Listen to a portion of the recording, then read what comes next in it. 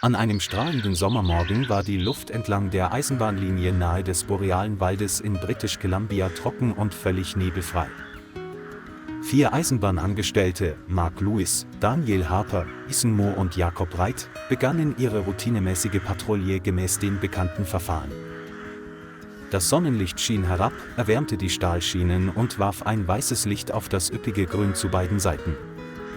Die Stille wurde nur durch das Geräusch von Schritten, Walkie-Talkies und die vereinzelte Aktivität von Sommerinsekten rund um die Bahngleise unterbrochen. Als sie eine Kurve nahe dem Waldrand erreichten, sahen sie überrascht eine große, dunkle Masse regungslos zwischen den beiden Bahngleisen liegen. Mark ging näher heran, doch sein Herz sank ihm in die Hose, als er erkannte, dass es sich um einen ausgewachsenen Braunbären handelte. Das Hinterbein des Bären war ungewöhnlich angewinkelt, und sein Fell war mit dunklem, getrocknetem Blut befleckt, was darauf hindeutete, dass er in der Nacht zuvor verletzt worden war. Die Stimmung wurde sofort angespannt, als der Gruppe klar wurde, dass der Bär in der Dunkelheit möglicherweise von einem Zug erfasst worden war. Daniel wich instinktiv einige Schritte zurück, aus Angst, der Bär könnte in dem engen Raum plötzlich erwachen und angreifen. Jacob erstarrte, sein Herz raste, als ihm klar wurde, dass sie sich auf den Bahngleisen in einer extrem gefährlichen Situation befanden. Ethan benutzte sofort sein Walkie-Talkie, um die örtlichen Ranger zu kontaktieren, den Vorfall zu melden und um dringende Hilfe zu bitten. Chef Ranger Owen Fraser antwortete, dass das Rettungsteam mindestens 15 Minuten bräuchte, um den Einsatzort zu erreichen. In diesem Moment presste Daniel sein Ohr an die Schiene und spürte deutlich die metallischen Vibrationen, die sich über den Boden ausbreiteten. In der Ferne näherte sich ein Güterzug, der mit einem tiefen, gleichmäßigen Geräusch signalisierte. Es blieb kaum noch Zeit für eine sichere Entscheidung oder um auf Rettung zu warten. Die 4 blickten sich in der brütenden Hitze an, Schweißperlen begannen ihnen trotz der leichten Sommerbrise über die Gesichter zu rinnen. Wenn der Bär von hier weggeht, wird er mit Sicherheit in wenigen Minuten von einem Zug überfahren. Mark holte tief Luft und beschloss, dass sie das Risiko eingehen und den Bären von den Gleisen ziehen mussten. Mark trat vor und gab Daniel, Ethan und Jacob ein Zeichen, sich schnell, aber mit größter Vorsicht abzusprechen. Sie näherten sich dem bewusstlosen Bären und spürten deutlich die schwachen, pulsierenden Atemzüge in seiner massigen Brust. Das Fell des Bären war mit Kieselsteinen und Maschinenöl bedeckt, sein schwerer Körper ließ alle Anwesenden vor Anspannung erbeben. Daniel drückte vorsichtig mit einer Metallstange gegen die Schulter des Bären, während Ethan schnell ein Seil um seinen Körper band. Jacob stand dahinter, hielt das Seil fest und wartete auf das Signal, im Takt mit Marks Ruf zu ziehen. Das gebrochene Bein hinderte den Bären daran, sich selbst zu bewegen, was jeden Zug unglaublich schwierig und anstrengend machte. Aus der Ferne hallte das trockene Pfeifen des Zuges durch den grünen Wald in der Sommersonne. Mark biss die Zähne zusammen und mobilisierte all seine Kräfte, seine Muskeln spannten sich unter seiner Arbeitskleidung an. Schweiß durchnässte ihre Hemden, und das Sonnenlicht, das sich in den Stahlschienen spiegelte, ließ ihre Augen tränen. Daniel rutschte auf den Kies aus und wäre beinahe direkt neben die heftig rüttelnden Bahngleise gestürzt. In diesem Moment zuckte der Bär plötzlich leicht, sodass alle 4 Männer einen Augenblick lang den Atem anhielten. Ethan rief laut und forderte alle auf, weiterzumachen, da die Zeit knapp wurde. Sie zogen alle ein letztes Mal mit aller Kraft und setzten ihre letzten Kräfte in diesen verzweifelten Versuch. Der Bärenkörper rutschte von den Schienen und stürzte schwer auf den steinigen Straßenrand. Alle 4 stürzten, von der Trägheit getrieben, nur wenige Zentimeter neben die Gleise.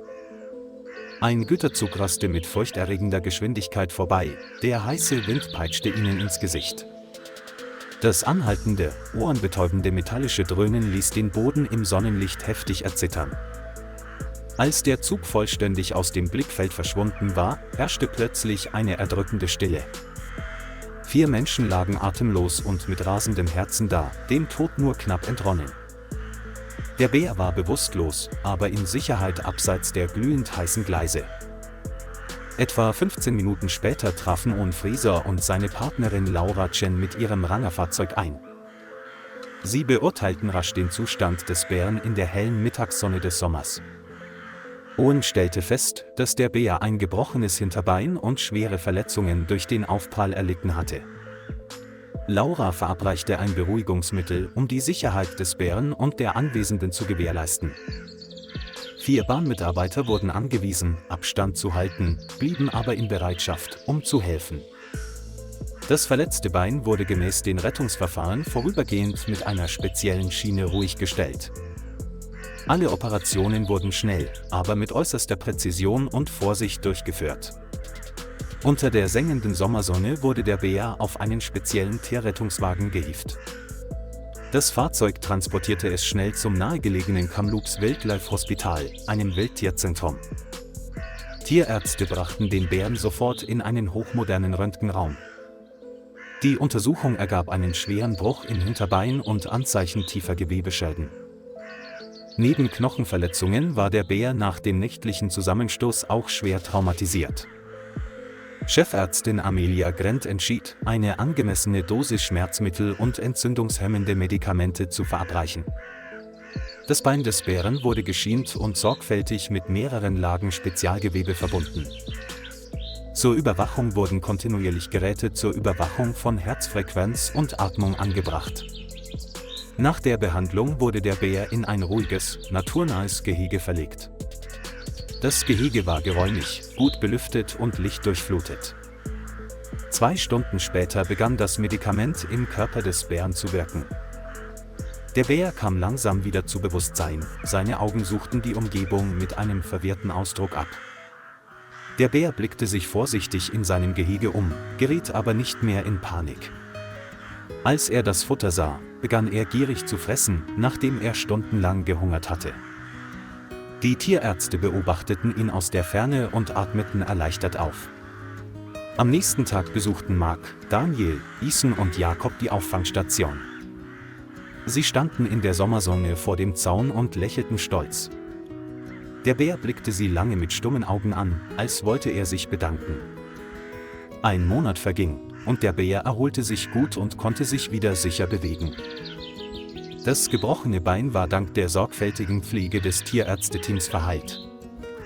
Förster Owen Fraser plante, den Bär wieder in die Wildnis zu entlassen. An einem wunderschönen, sonnigen Sommermorgen wurde der Bär in einen Transportkäfig gesetzt. 4 Bahnmitarbeiter waren ebenfalls anwesend, um diesen besonderen Moment mitzuerleben. Die Käfigtür öffnete sich in den tiefgrünen und stillen borealen Wald. Der Bär wagte sich tief in den Wald vor und hinterließ eine Geschichte, die niemand vergessen würde.